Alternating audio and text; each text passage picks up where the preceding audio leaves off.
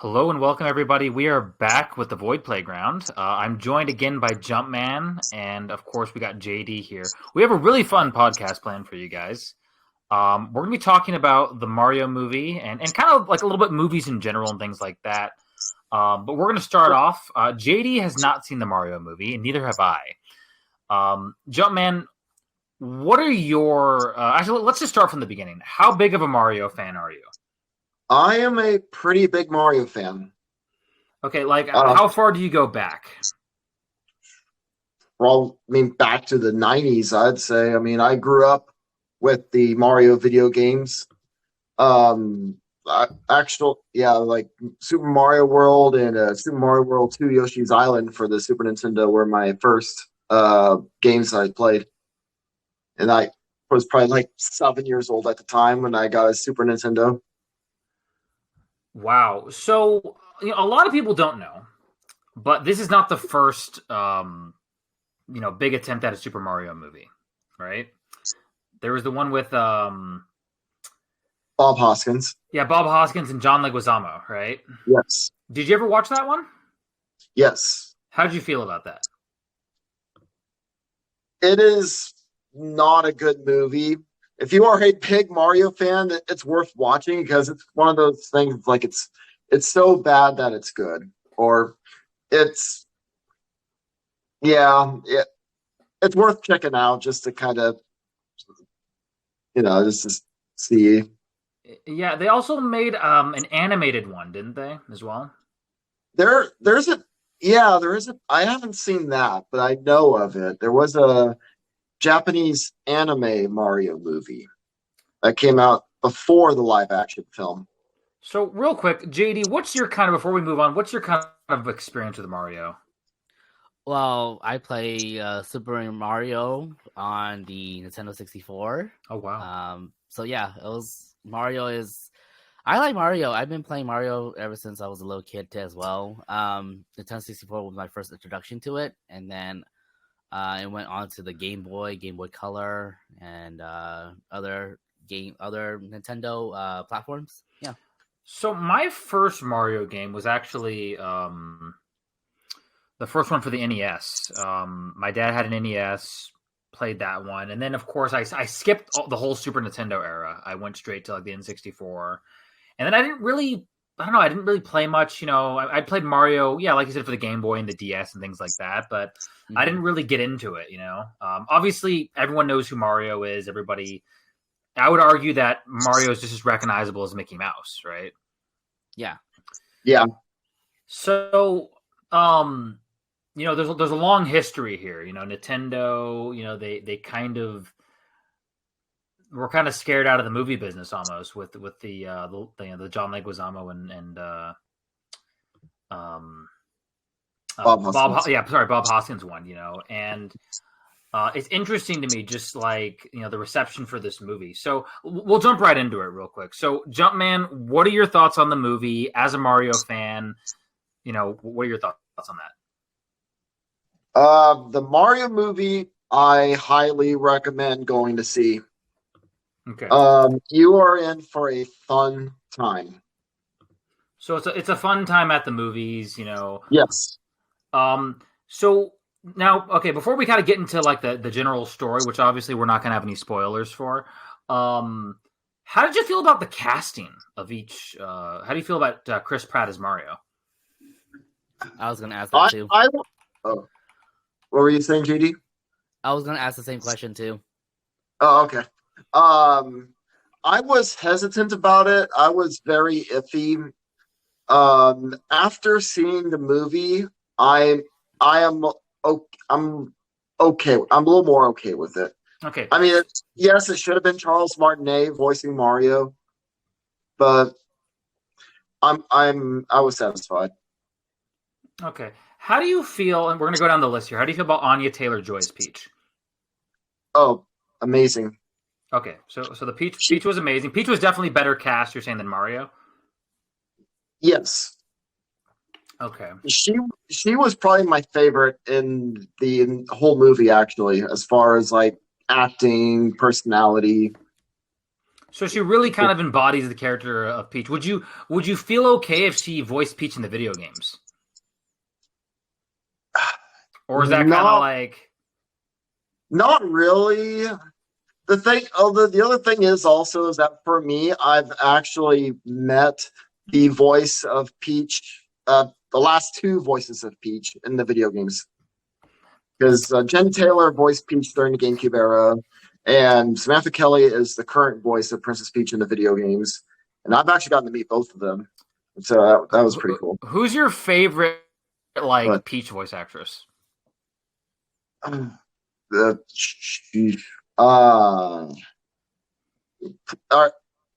the current one, that's kind of hard to say. That's a tough comparison because I'm basically comparing the video games to the movie. I think Samantha Kelly, the current voice of Princess Peach, is good for the video games, but I really did enjoy Anya Taylor-Joy's performance as Peach in the movie. For the movie. She's really she's really like these last few years she's like exploded.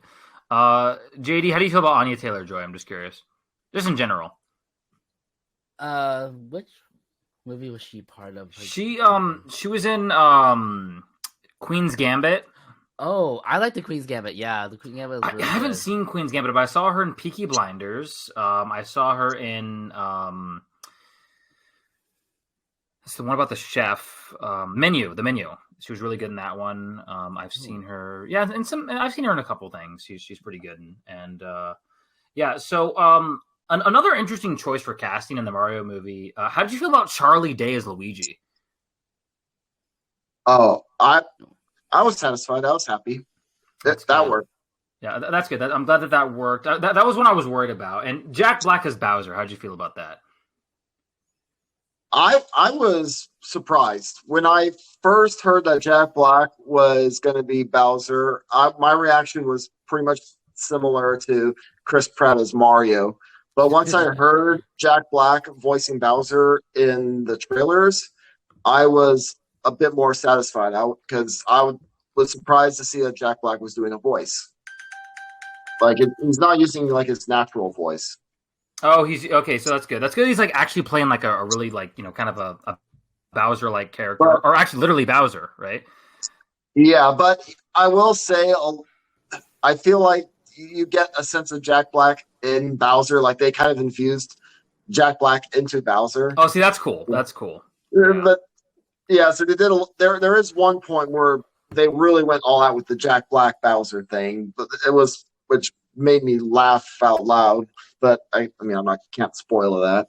Of course, yeah. No, so it sounds like, Jack Black, he's one of those actors, we've all at least seen one or two Jack Black movies. School of Rock is really great, and obviously still my favorite movie. Oh, is it really? Yeah, School of Rock is still my favorite movie of what he played in.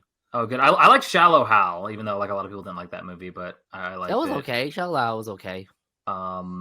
Jack Black's got a little bit of a resurgence going on. Yeah, he does. Yeah. He was in the new season of Mandalorian. Have you seen that episode yet? Yes, I did. That blew my mind away. Seeing him and Christopher Lloyd side by side. Oh yeah. That was nuts, dude. Spoilers. I'm just kidding. Have you not seen it? I'm waiting for all season 3 to come out. So it's all out now. It's all out. It is all out. I'm binge watching it this weekend. Oh well.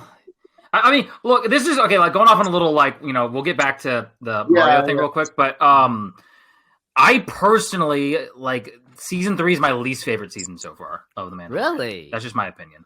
Okay. I'm not saying it's bad. I just think season 1 and 2 were a little bit stronger. That's just my opinion. Yeah. So going back to Mario though, Jumpman. So we're kind of going down the list here. How did you feel about Keegan as Toad? Oh, that was hilarious. So it sounds to me like the cast, they really, it sounds to me like, correct me if I'm wrong, but Chris Pratt maybe might be the weakest member of the cast. Not that he was bad, but yeah, I would. Yeah, not to say that he was bad. Yeah, he did okay. He did better than I expected, but he was probably the weakest part of it. So now here's one that like I'm hearing, a lot of interesting stuff about, and that is Seth Rogen as Donkey Kong. How'd you feel about that? I'm okay with it. I Um, Yeah, I would say I'm okay with it. It worked, especially after seeing the movie. I it was jarring at first, but after seeing the movie, it's like you just get used to it, and it's like you know what, it works. so would you be cool, or would you be if they made like a Donkey Kong spin-off movie with starring Seth Rogen? Yeah, I Okay. would say so. Yes. Yeah, I mean, I find it interesting. Yeah. They really, um, you have a lot of like kind of comedic. A lot of these comedic actors, they have like good comedic timing. You know what I mean, and Yeah. things like that, and so they're able to do that. So like, okay, so going down the list, you had, oh goodness, now I'm getting a phone call. Mhm. Yeah, we're definitely getting more Mario movies and probably spin-off films So because this movie is performing really well in the box office. so we're going to talk about the box office here in a second, okay? But Right. Fred Armisen as Cranky Kong. That one, it was fine. It was fine. It wasn't like it was like a huge standout for me, but it worked. Yeah, I was okay with it. There's others. That was basically the main cast. For but like this movie, it's interesting to me, right? So I've seen pretty much every movie but this movie, and I'll probably have to go see this movie here pretty soon. But I mean, Mario is one of those franchises that you have so much like history, like in video gaming, but just like it's just interesting that like we're kind of like seeing like with the Sonic the Hedgehog movie and obviously this movie, we're seeing like good video game movies, right? Because like video game movies have been notoriously like bad, right? Right. Mm-hmm. So that's interesting to me. So let's talk about like we're gonna get back to the box office thing real quick. JD, Oh, you saw the Dungeons and Dragons movie. I did. How did you feel about that movie? Okay, so it was actually pretty good. I was hesitant to watch it. I messaged you on Discord. I was like, "Oh, I don't know, should I watch it? I'm really hesitant." But you said it was pretty good, and I have to agree, it was pretty good. The movie to me was shockingly good. Like, cause I went in like expecting just okay, like it might be okay, but it was like I was blown away by that movie, honestly. And it's a fun like it's a really fun movie. It's a really fun movie, Mhm. and so here's where the box office stuff comes in. Okay, so I mean D&D, great movie. If you haven't seen it, please go see it. It's hilarious. Chris Pine is this might be one of Chris Pine's best movies. Like he's so good. Yeah, he was really hilarious in this movie. I loved Michelle Rodriguez in the movie. I don't want to spoil it. I don't want to spoil who's in the movie like as a cameo, but it's hilarious. I mean, they're going to see it through the cast listing anyway. Yeah, well, if not everybody looks at the cast listing, but I just thought that cameo was freaking hilarious. And but yeah, you have like I thought like the cast was really great in Dungeons and Dragons.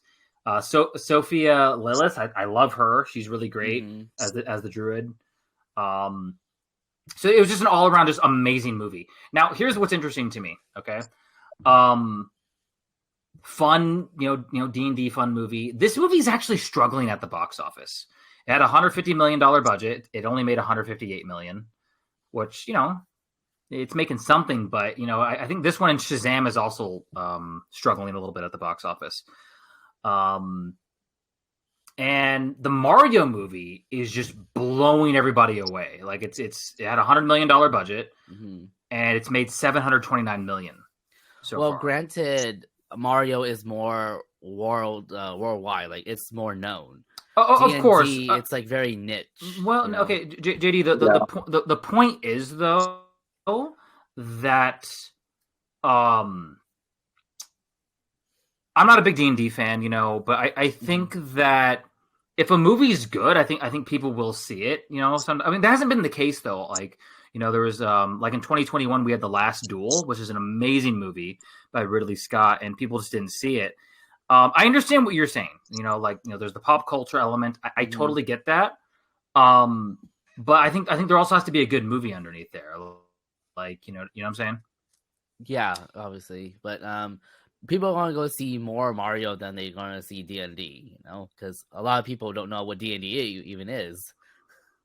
Well, yeah, I mean the same argument could be made for like Marvel, right? People, like now they'd be more into Marvel things than they would into video game related stuff, right? Yeah. But this movie is also blown past Ant-Man and the Wasp. You know what I mean?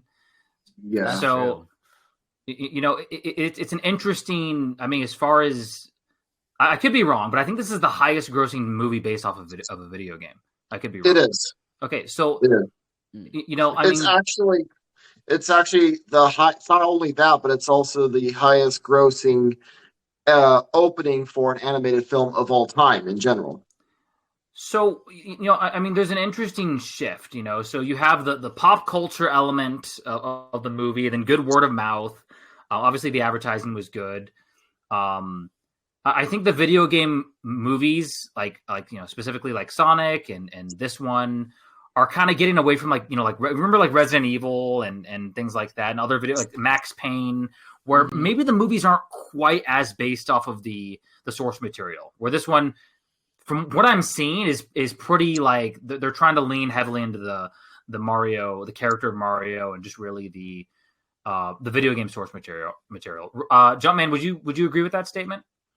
Yeah, there's definitely a lot of acknowledgement and Easter eggs to various different Mario games throughout its history. The plot isn't from anything specific. Yeah, and for me, I think what's interesting is I think the interesting thing about like video game movies is like we want them to be good. Rampage. Did you guys watch that one? Yes. No, I did not watch that one. That one was I liked Rampage. That was a good video game adaptation, but that was fun. Yeah, it was a good one. I liked it. And there's works, there's talks about maybe making like a Metroid movie and maybe making a Zelda movie. Jumpman, how do you feel about that? I would love to see both a Zelda and a Metroid movie. That would be really cool. Actually, it would actually be really cool to go even further than that and create a Nintendo cinematic universe, if you will, NCU. Oh, that's interesting. Very interesting. To lead up to a Super Smash Bros. Movie. That would be crazy, but I'm down. I think they should obviously you have like your flagship characters like Mario, Donkey Kong, Link, and Samus, Kirby. Obviously, they could do. It'd be a really interesting Nintendo movie. Actually, would be what's it called? Earthbound. They should do an Earthbound. I think that'd be like really good. It could be good. I just don't know if they would do that. I don't know. It would be a while before we see an Earthbound film. I feel like from Nintendo. Of course, yeah. Because they would do a Zelda film. They would do a Metroid film. They do all kinds of films before. They're going to do the ones that are going to make money, right? Yeah. And going back to D&D, it's like this is. I mean, like like I said, the movie was amazing. And I think like in the 2000s, we talked about a little bit of this on our Jumpman. I don't know if you were here for the Historical Epics podcast, but we talked about how like the fantasy genre, like that was the biggest genre in the 2000s, right? You had Lord of the Rings, you had Harry Potter, you had all of the, you had all that stuff. And we've been trying to do a resurgence of, historical epics and kind of fantasy, these little fun fantasy movies, right? Like, I think it was a good call, and JD, you can chime in on this one. I think it was a good call to make D&D like a comedy, fun fantasy movie rather than just another retread of like every fantasy movie we've ever seen. Yeah, I agree. But I think like with the low box office numbers of all these things, I think Some of it's going to go to TV. I think they're announcing a TV series, and I also think that like I don't know. I don't think we might not see these type of movies for a long time. And that's like that's the flip side of it, right? Like, I mean, as fun as the MCU is, right? As cool as the MCU is, as cool as these super blockbusters are, I think there's I think as like moviegoers, we're kind of missing out, on some stuff. I watched Renfield, right? It's the one with Nicolas Cage and Nicholas Hoult. It's and Aquafina's in it as well. It's hilarious. Rated R, so for anyone watching this, it's a rated R movie, but it is absolutely funny. And Nicolas Cage is amazing as Dracula. Like, I need more of that in my life. Like, I need more Nicolas Cage Dracula. But I don't know. It's interesting. Like, John Wick did pretty good. Scream did really well. I'm just going off the ones I've seen. I watched Air, and I don't know how that one's doing, but I don't know. It's interesting. Like Ant-Man and the Wasp. John, man, did you see that one once or twice? I went and saw that once. Okay, so I think I was actually with you when we saw it, and I think so.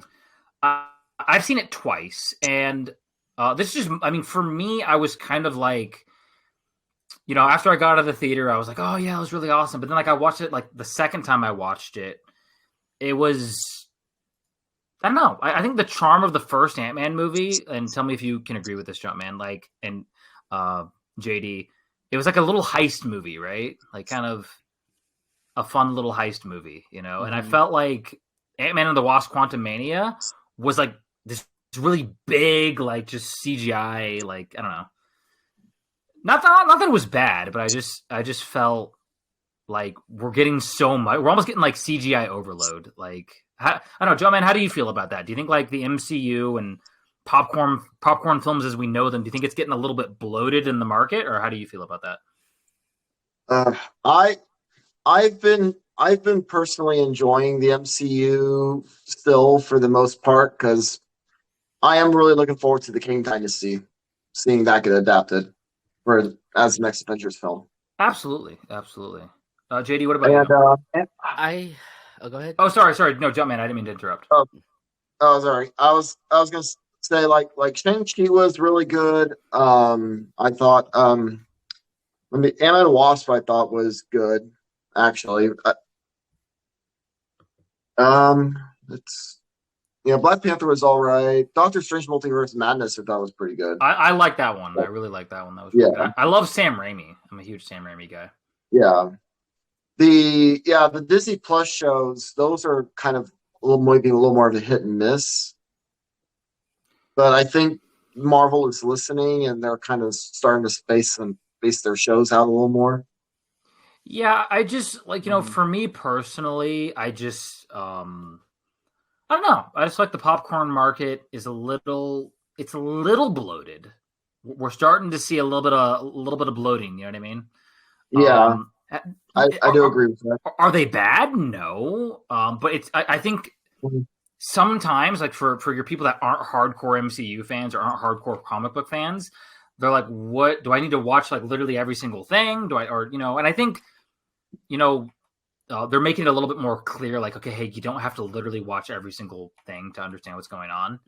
You might be like, who's that character, or whatever. But I think for the most part, you can understand what's going on. But JD, how do you feel? Do you feel like the market's a little bit bloated? How do you feel about the whole popcorn movie thing? I actually feel the same way you do. I think back then Marvel was good. They did it like every few years or whatever. And then suddenly they start ramping up the movies. And I'm just like, now I'm just like kind of burnt out a little bit on Marvel, to be honest. That's why I didn't go see the recent Ant-Man movie, because I've been a little bit burnt out of the Marvel movies. If they just like spread it out like they used to, like every other year, then maybe I'll be back into it. But right now it's just a little overload, a little burnt out. Yeah. Sure. Mm-hmm. And I just think like okay, like my favorite superheroes, like I can count them on one hand, right? Mm-hmm. And those are the superheroes like you don't have enough time to be into literally everything. You know what I mean? Like to read every comic book, to like be a fan of every single hero, and people compare like Marvel movies to like westerns, right? How like there was a huge like massive boom of westerns in the 60s, but really I think you can like the comparison is really like the Universal monsters actually, where you had the Mummy, you had Dracula, you had the Wolfman, you had Frankenstein, and then they'd all meet in one movie, right? You know what I mean? Mm-hmm. And you had the Hammer films, obviously, like the Dracula Hammer films and the Dracula like Frankenstein films of like the 50s and 60s, and I think that, it's like, I don't know, it's interesting. I think a lot of these Marvel movies, and this is nothing against their quality, but I think a lot of them are going to be forgotten to time. That's just my opinion, though. Like, I think our kids are going to be like, what? There was like a sequel to Ant-Man? Like, you know what I mean? Like, Mm-hmm. I don't know. That's just me, though. And that's why I think like, okay, so movies like the Mario movie, right? Like Mario, it's the same in the sense that it is a popcorn film, but it's something different. It's a video game adaptation. Speaking of video game adaptations, we've been talking a little bit about Sonic. Jumpman, how did you feel about the two Sonic movies? I enjoyed them. I loved them. I thought they were pretty Yeah. cool. Yeah, especially the second one just because we got Knuckles and Tails, and they dived a little more into the lore of Sonic. Idris Elba as Knuckles was one of the best casting choices. I mean, like I didn't think it was going to work, but it really worked. Actually, I thought it was hilarious. Like, but yeah. So going back to the Mario in general, in the Mario movie, what would you like to see first? A sequel to this movie, or maybe like a Donkey Kong spinoff? Like, what would you like to see? What's the next thing you'd like to see in the Mario movie cinematic universe or wherever? I think a Donkey Kong spinoff would probably be nice to see. I feel like that's what Nintendo would do next before doing a Mario sequel. Yeah, I think that would be a good idea, and I think what's interesting about like, this type of stuff, stuff coming out of Japan is there's like a nice like resurgence of the culture and everything like that. We're getting a sequel to Godzilla versus Kong, right? Like I didn't think that was going to happen. That movie actually, speaking of movies that blew me away, that movie was really good. If you guys haven't seen that one yet, but I don't know. It's like, oh, America, you guys just can't do Godzilla. Just don't try it. We failed once, right? Which I don't know. That movie. Did you watch the 1998 Godzilla movie, Jumpman? No, I haven't. Oh, dude. I don't. Yeah. No, I don't usually watch any of those monster movies. JD, what about you? Did you watch that one, the 1998 Godzilla? I do not remember. It's got Matthew Broderick. I'll just say no, just in case. Okay. But like I don't know, the new ones are pretty fun. Like I think the new ones definitely, as far as American kaiju movies, I think we we're doing pretty good. I'm happy with them. So Nintendo, the thing about Nintendo is they're kind of like the Disney and the Apple in a way of video gaming. Would you agree with that, Jumpman? Yeah. Yes. They have these really like interesting, very memorable, iconic systems and games and characters and franchises. And it's one of those companies that like, how do we, it's like there's so much there, and a lot of people don't know, but Nintendo wasn't always a video game company, right? Yes. And it's just interesting that like a rebranding or a change, in something can just change, like just the way we see a company, right? Like you ask anybody, like you ask anybody from like, like if you wind the clocks back to the 50s, like, oh yeah, so Nintendo, yeah, and they're like, oh yeah, the card company, like the playing card company, you know what I mean? Mm-hmm.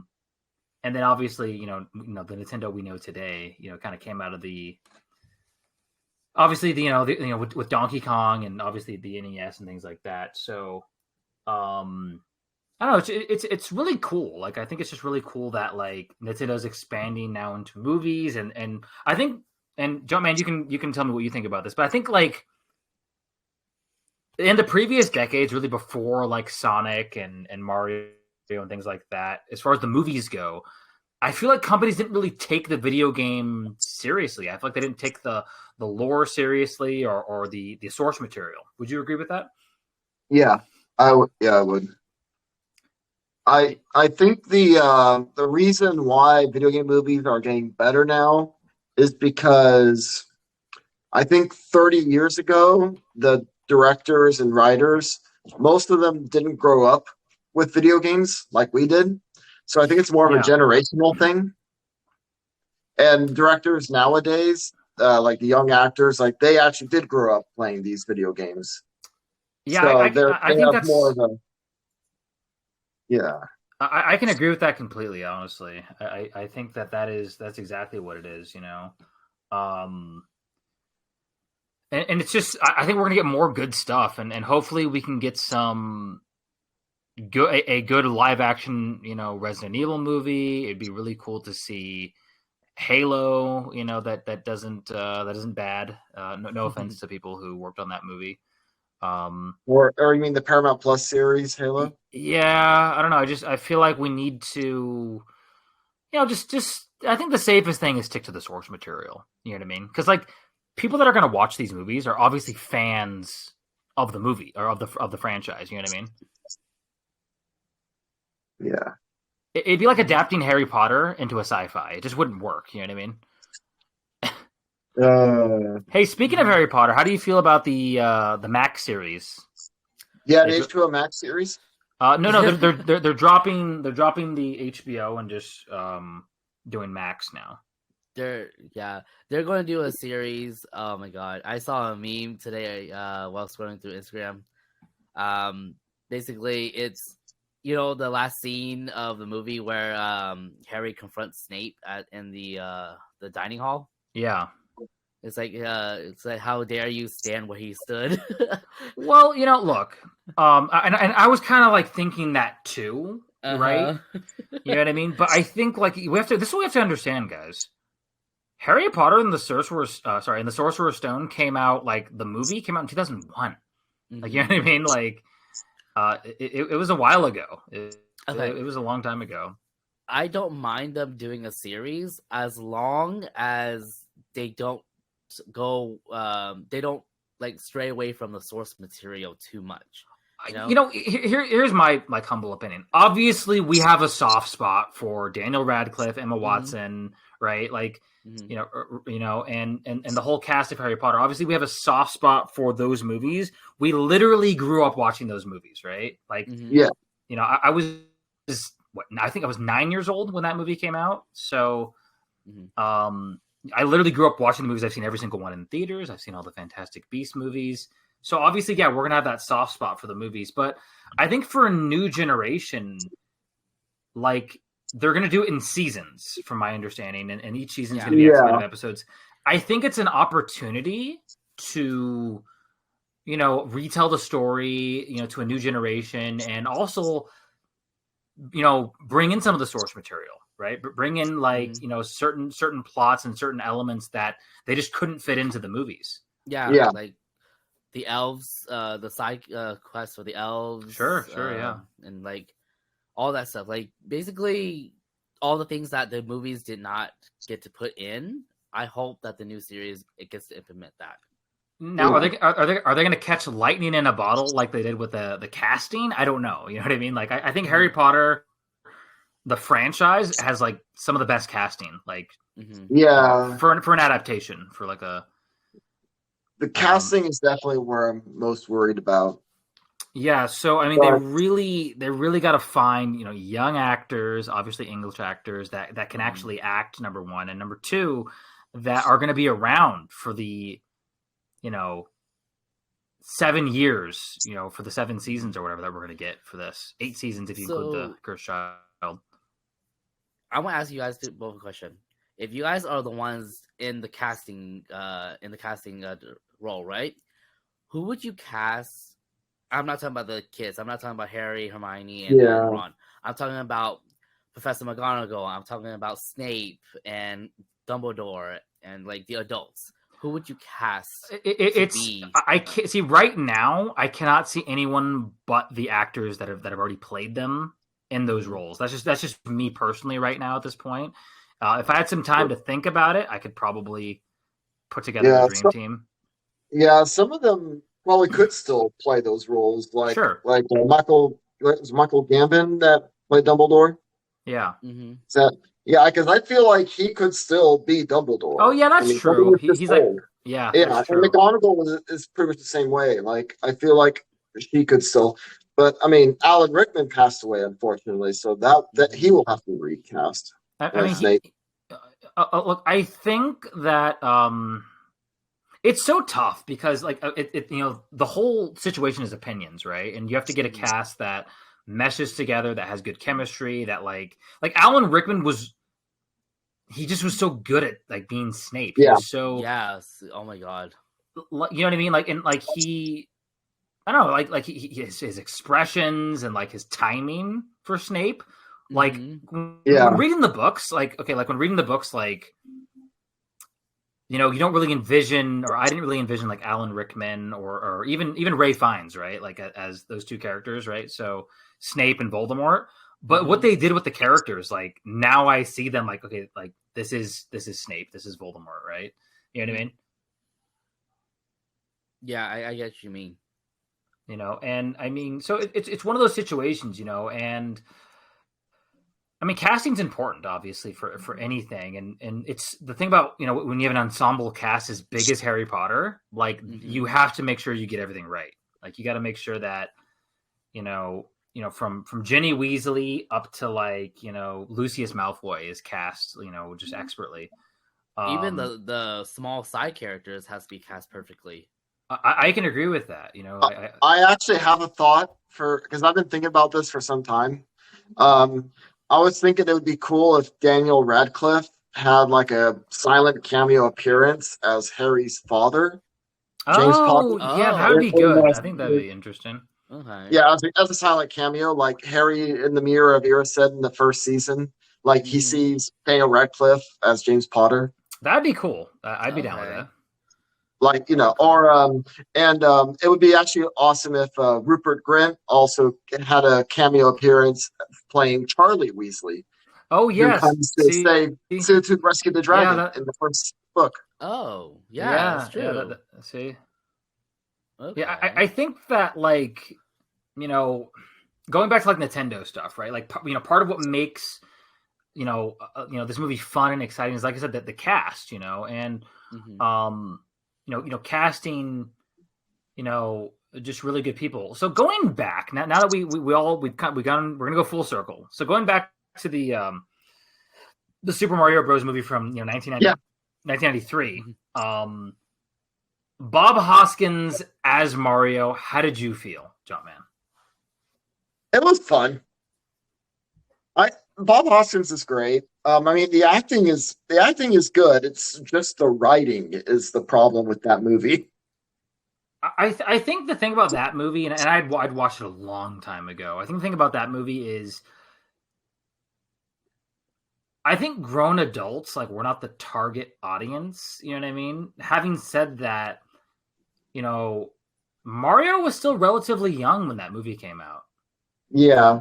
I mean, in the grand scheme of things, like Mario was relatively young, and also video game adaptations were very young.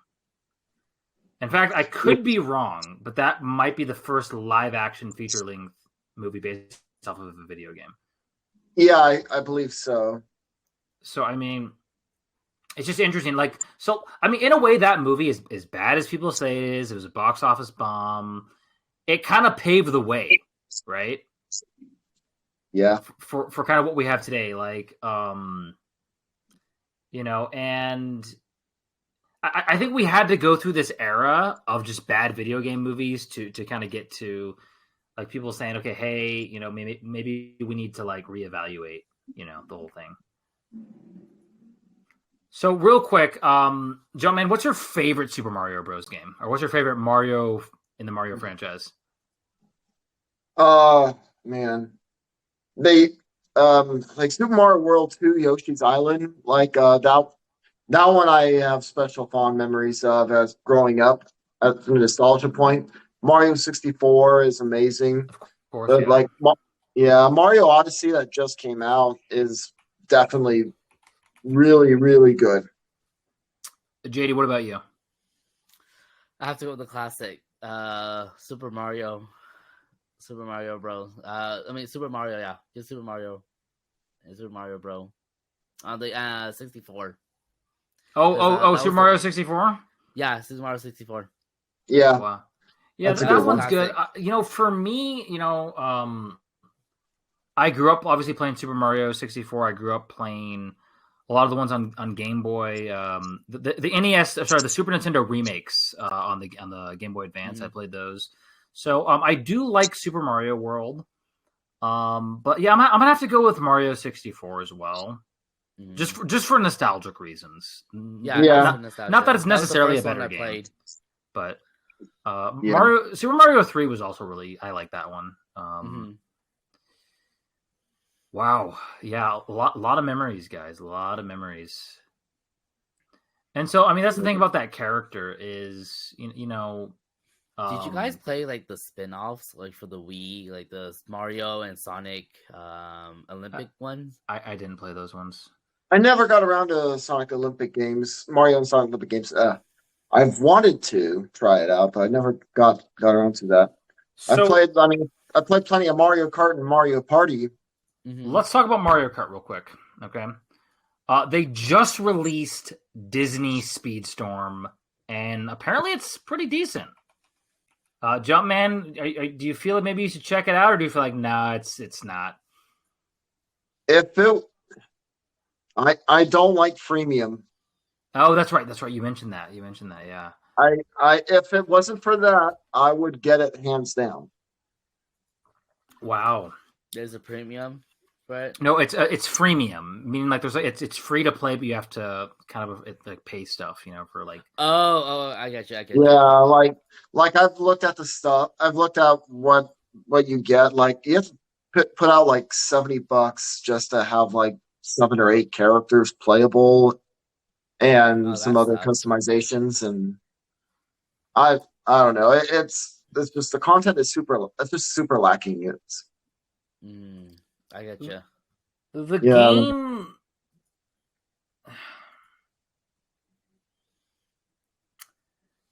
I don't know. I mean, the game looks good, but I don't know.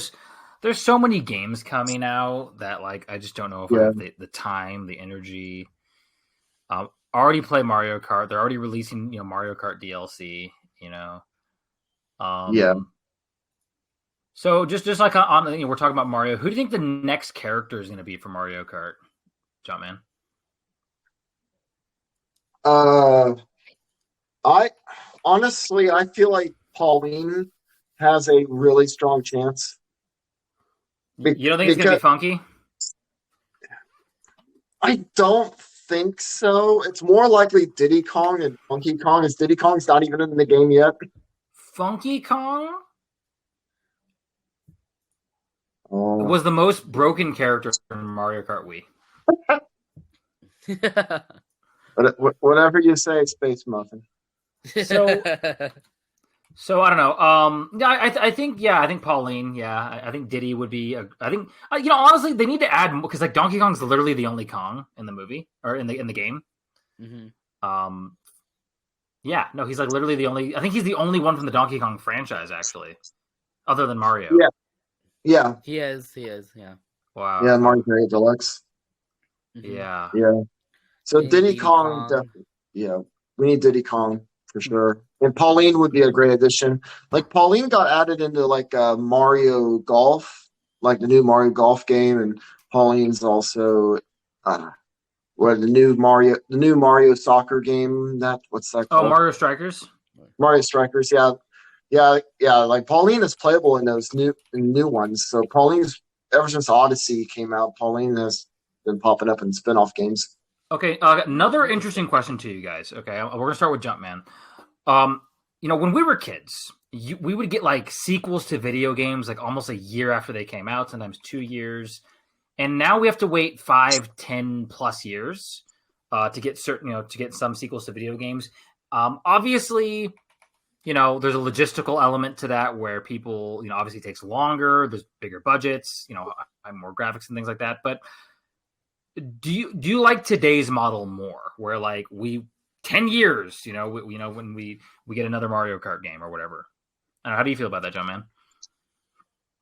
Well, that only happened with Mario Kart 8. The Mario Kart 8. No, But it happened. It that's only happened with because they keep putting out new DLC. it happened with Mario Kart 8. It's happened with The Sims. It's happened with Grand Theft Auto in general. Yeah. It's Yes. happened with Counter-Strike. It's happened with Diablo.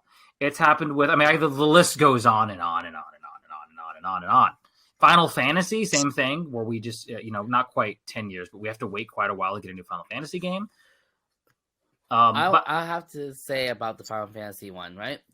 Because I pre-ordered the Final Fantasy 15, and the storyline was very disappointing, was lacking. Okay, the fight sequence, everything like that was really good. The only thing that for me, it was the storyline just didn't do it for me.